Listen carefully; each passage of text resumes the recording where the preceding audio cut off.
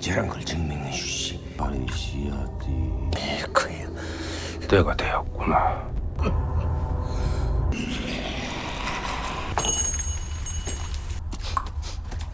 이거 뭐냐? 아까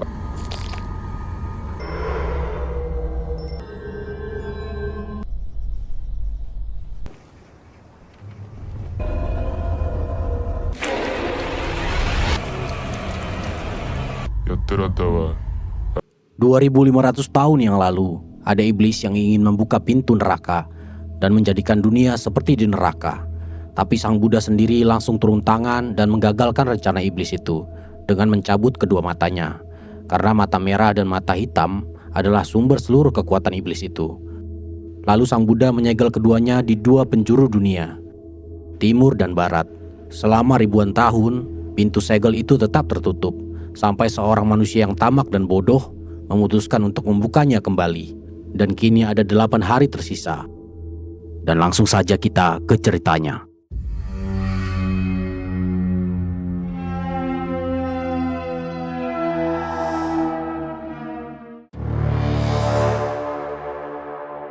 Kisah ini dimulai dari sebuah padang pasir India. Pada tahun 2005, Profesor Kim, seorang arkeolog yang ambisius, berdiri di bawah terik matahari dengan senyum kemenangan di wajahnya.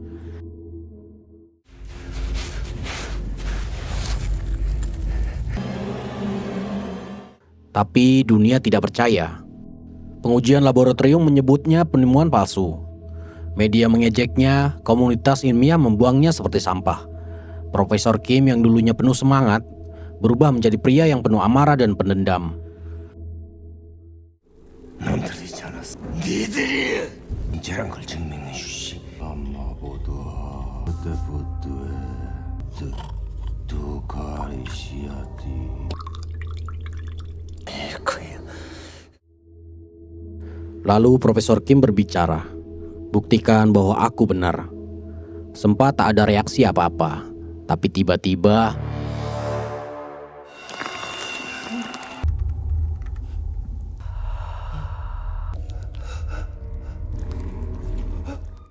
di sisi lain, di sebuah biara sunyi di Gwangjung, Korea, seorang biksu tua bernama Hajung tiba-tiba terbangun dari meditasinya. 때가 되었구나. Hajung memanggil seorang biksu muda yang tinggal bersamanya. Namanya Cheng Suk, pemuda pendiam bermata polos yang baru saja mengambil sumpah untuk tidak berbicara, hanya mendengarkan dan menurut. Dan Hajung bercerita, 전에 해줬던 존재하지 않음으로 없앨 수 없게 멀리 그리고 이름 없는 한 스님을 지키게 하셨지. kedua matanya melambangkan kekuatan yang berbeda. Mata hitam perwujudan kecemasan dikurung di Korea, lalu mata merah perwujudan penderitaan dikurung di India. 것은 도울 사람 동안 7 그리고 놈을 없앨 수는 없지만 하게 하는 방법은 있지. 옳친 검다리를 없애는 거다. 두 놈은 절대 만나지 못. 정호야. 정서가 선아를 찾아 전해라. 때가 되었군. Keesokan paginya, Cheng Suk bangun dan menemukan Hajung, gurunya, sudah diam duduk dalam posisi meditasi.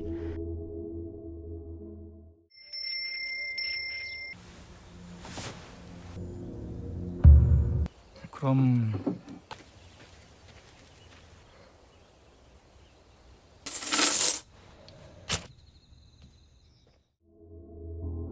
Lalu dia melangkah keluar dari biara untuk mencari Biksu Sonwa. Di sisi lain, Biksu Sonwa atau kini lebih dikenal sebagai Park Jitsun, mantan biksu, dulu dia salah satu penjaga paling berbakat di kuil tempatnya berlatih.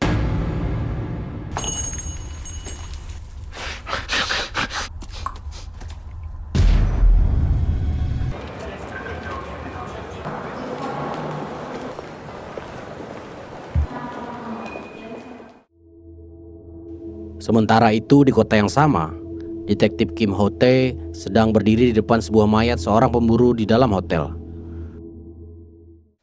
욕실 아는 남자 여자? 최첨 직후 모텔을 나가는 모습이 찍혔습니다. 저거 뭐냐? 아까 근데 보시다시피 시체상 Dan ternyata mereka adalah anggota kelompok meditasi yang dipimpin seseorang bernama Profesor Kim.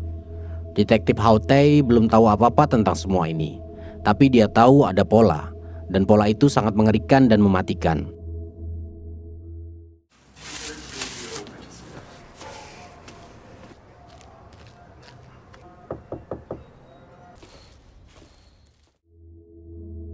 Cerita berlanjut pada saat Cheng Suk bertemu dengan Biksu Sonwa atau Pak Jinsu.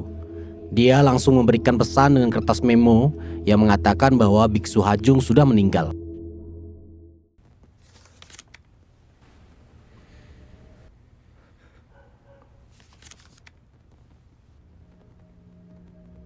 Namun Pak Jinsu menolak dan berkata bahwa itu bukan urusannya lagi. Mendengar itu, Cheng Suk hanya terdiam. Kemudian ketika mereka tidur, 네 눈에 분 녀석등이 업혀왔다. 필신이 될 때까지 니놈의 천도를 기다리는 훌륭 놈이 왔다. 우리가 알고 있는 유일한 증거 놈이 그곳에 닿기 전에 죽여라. setelahnya mereka berdua pergi untuk mencari cenayang atau yang disebut sebagai yang ketujuh.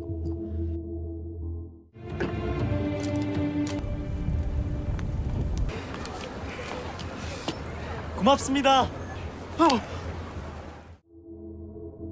Karena tanda-tanda semakin jelas, mata merah sudah berpindah dari satu tubuh ke tubuh berikutnya, seperti lompatan api yang tidak bisa dipadamkan.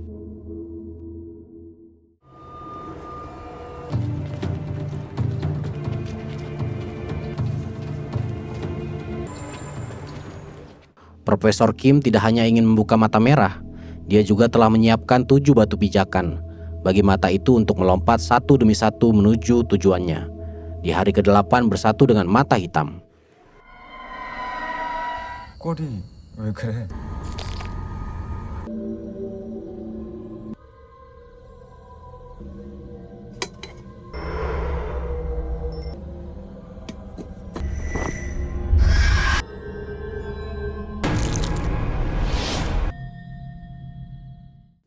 Kemudian Chen Suk dan Park Jin Soo menelusuri jejak mata merah. Begitu juga dengan detektif Hotei dan temannya Dong Jin, yang juga mengikuti jejak yang sama dari sisi berbeda. 죄가 많네. 너 사람 찾지? 그 보살 찾는다고 구로 간다고 했거든. 죽어. 너 하룻밤 만에 부패로 시신마다 머리 움푹 파이는 Sementara itu, mata merah terus melompat. Korban keempat, kelima, mayat demi mayat ditemukan dengan kondisi yang sama. Tubuh mengering seperti mumi. Tengkorak berlubang kecil di bagian kepalanya.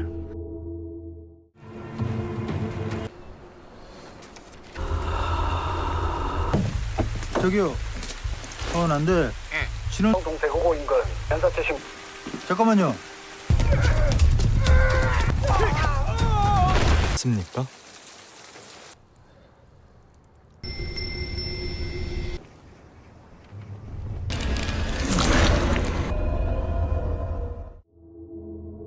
Park Jin Soo bergerak lebih keras, lebih cepat, waktunya semakin sempit.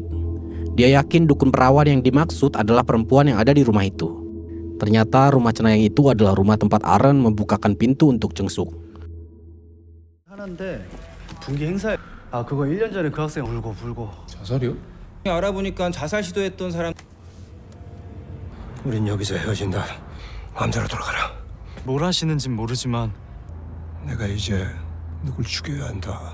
혹시 그겁니까? 아니, 놈이 깨어난 게 사실은 놈이 필요로 하는 건 없지. Kemudian Park Jin Soo pergi menuju rumah cenayang itu, dan Cheng Suk berlari ke arah yang lain agar bisa menyelamatkan Aren. Begitu juga dengan detektif Hotei, yang mendapatkan kabar dari Dong Jin bahwa dia mendapatkan hubungan antara semua korban yang tewas.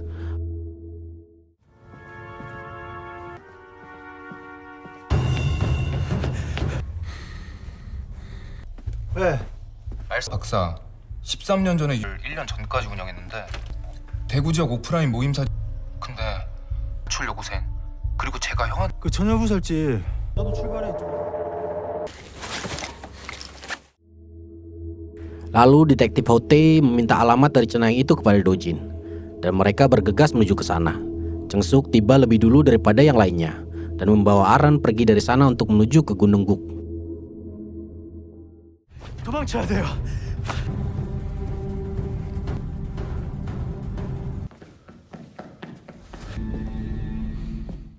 Tak lama kemudian Park Jin Soo tiba di rumah cenayang itu. Namun gadis yang diceritakan Cheng Suk tidak ada di sana. Yang Park Jin Soo temui adalah seorang wanita dengan wajah ditutupi jimat. Dan ketika Jin Soo hendak membunuh wanita itu, tiba-tiba datanglah detektif Hote untuk menghentikannya.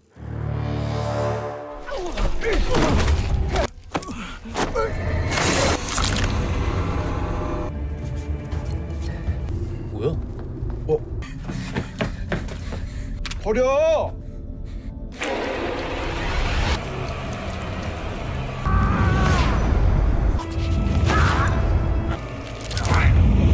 엿들었다와 따라 기린 깠죠. Disinilah semuanya mulai jelas saat detektif Hote akhirnya menemukan si cenayang yang sesungguhnya. Bukan gadis berkebaya putih yang ditemui Cheng Suk, tapi perempuan tua.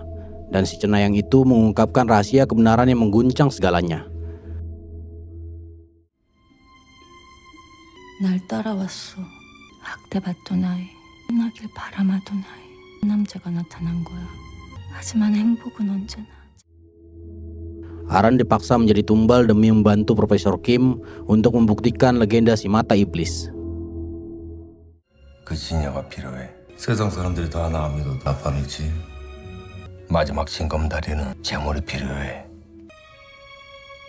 를 홀리고 붙잡아둘. 세상 사람들이 다 날 안 믿어도. 그 명상 모임. 지들이 예전에 벌써 죽었지 못해 살아있지만.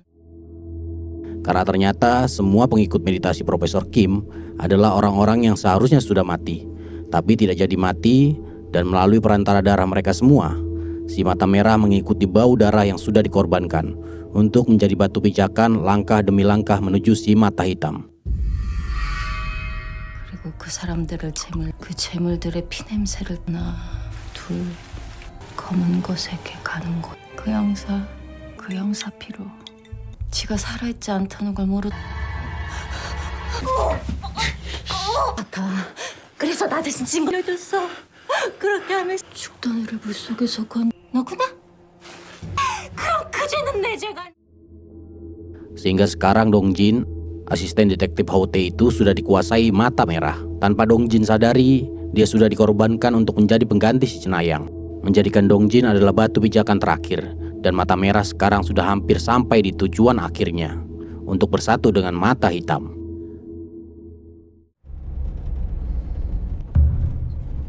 공주. 막창 떠났고요. 그 여자야. 그런데 왜?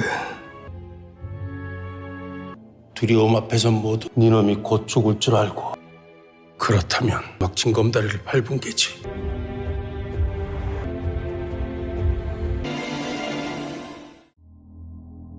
Dongjin yang kerasukan tiba di sana, membunuh para biksu di biara dalam kondisi yang mengerikan. Setelahnya Park Jin Soo juga sampai di tempat itu dan bertemu Cheng Suk. Dia menjelaskan bahwa wanita yang selama ini bersamanya adalah hantu, bukan manusia. 혼자 있었던 거냐? 이게 왜? 광주 두장이요. Oleh karena itu mereka berdua juga ingin membuat rencana jebakan untuk si mata merah. Rencananya sederhana, tapi penuh resiko. Park Jin Soo akan menempatkan dirinya sebagai umpan, berdiri di tengah lingkaran segel suci, dan membiarkan mata merah mencoba merasukinya. Dan saat iblis itu masuk ke dalam jebakannya, segel itu akan mengunci segalanya.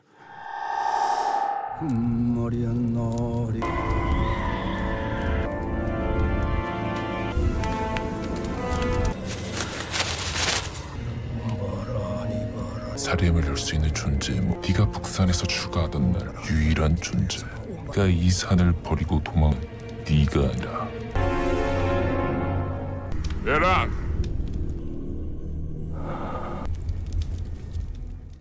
Park Jin Soo yang mendengar itu menyuruh Cheng Suk segera pergi dari tempat itu.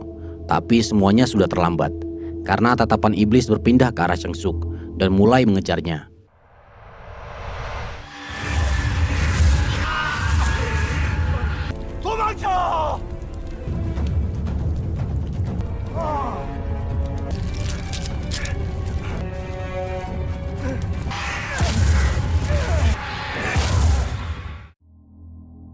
Saat berlari, Cheng Suk tersandung dan jatuh.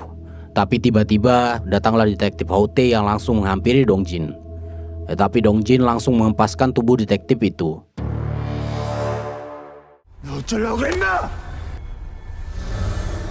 형 도망가. 도망.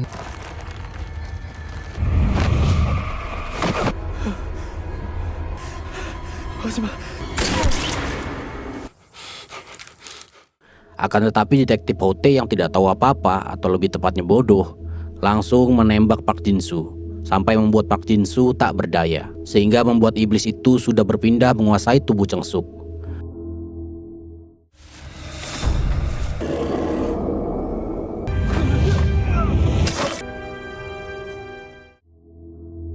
Park Jin Soo yang melihat itu, dia hanya terdiam tak bisa berkata-kata.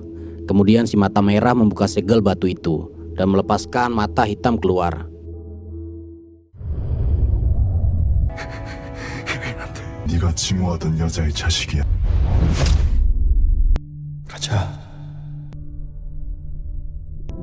빛이 멀구나. 아저씨도 똑같이 하고 싶었죠. 이게 마지막 기회예요. Park Jin Soo yang tidak tertipu akan hasutan si mata merah, dia menuliskan sebuah mantra suci di wajah Cheng Suk dan membacakan mantra yang membuat iblis itu keluar dari tubuh Cheng Suk.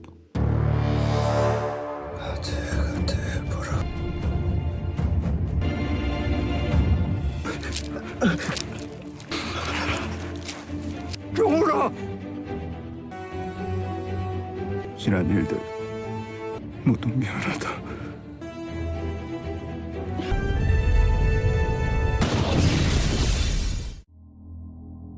Kemudian cerita berlanjut di mana Cheng Suk membawa kotak batu itu ke padang pasir, mengubur mata merah ke tempat asalnya berada, di tempat yang sama pada saat Profesor Kim menemukannya.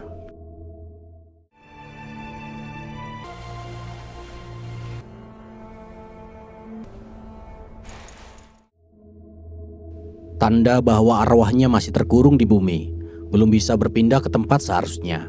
Cheng Suk menatap arwah gadis itu lalu mengulurkan tangannya untuk membantu. Dan pada akhirnya rantai itu lepas.